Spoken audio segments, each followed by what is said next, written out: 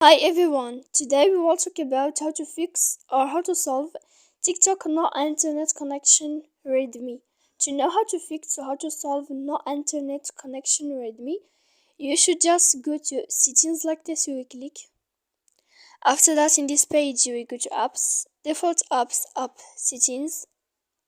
When you will see this list, you will go down to find the application of TikTok and you will enter.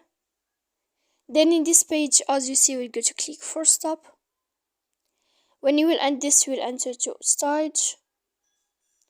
After that, in this page, you will click clear cache.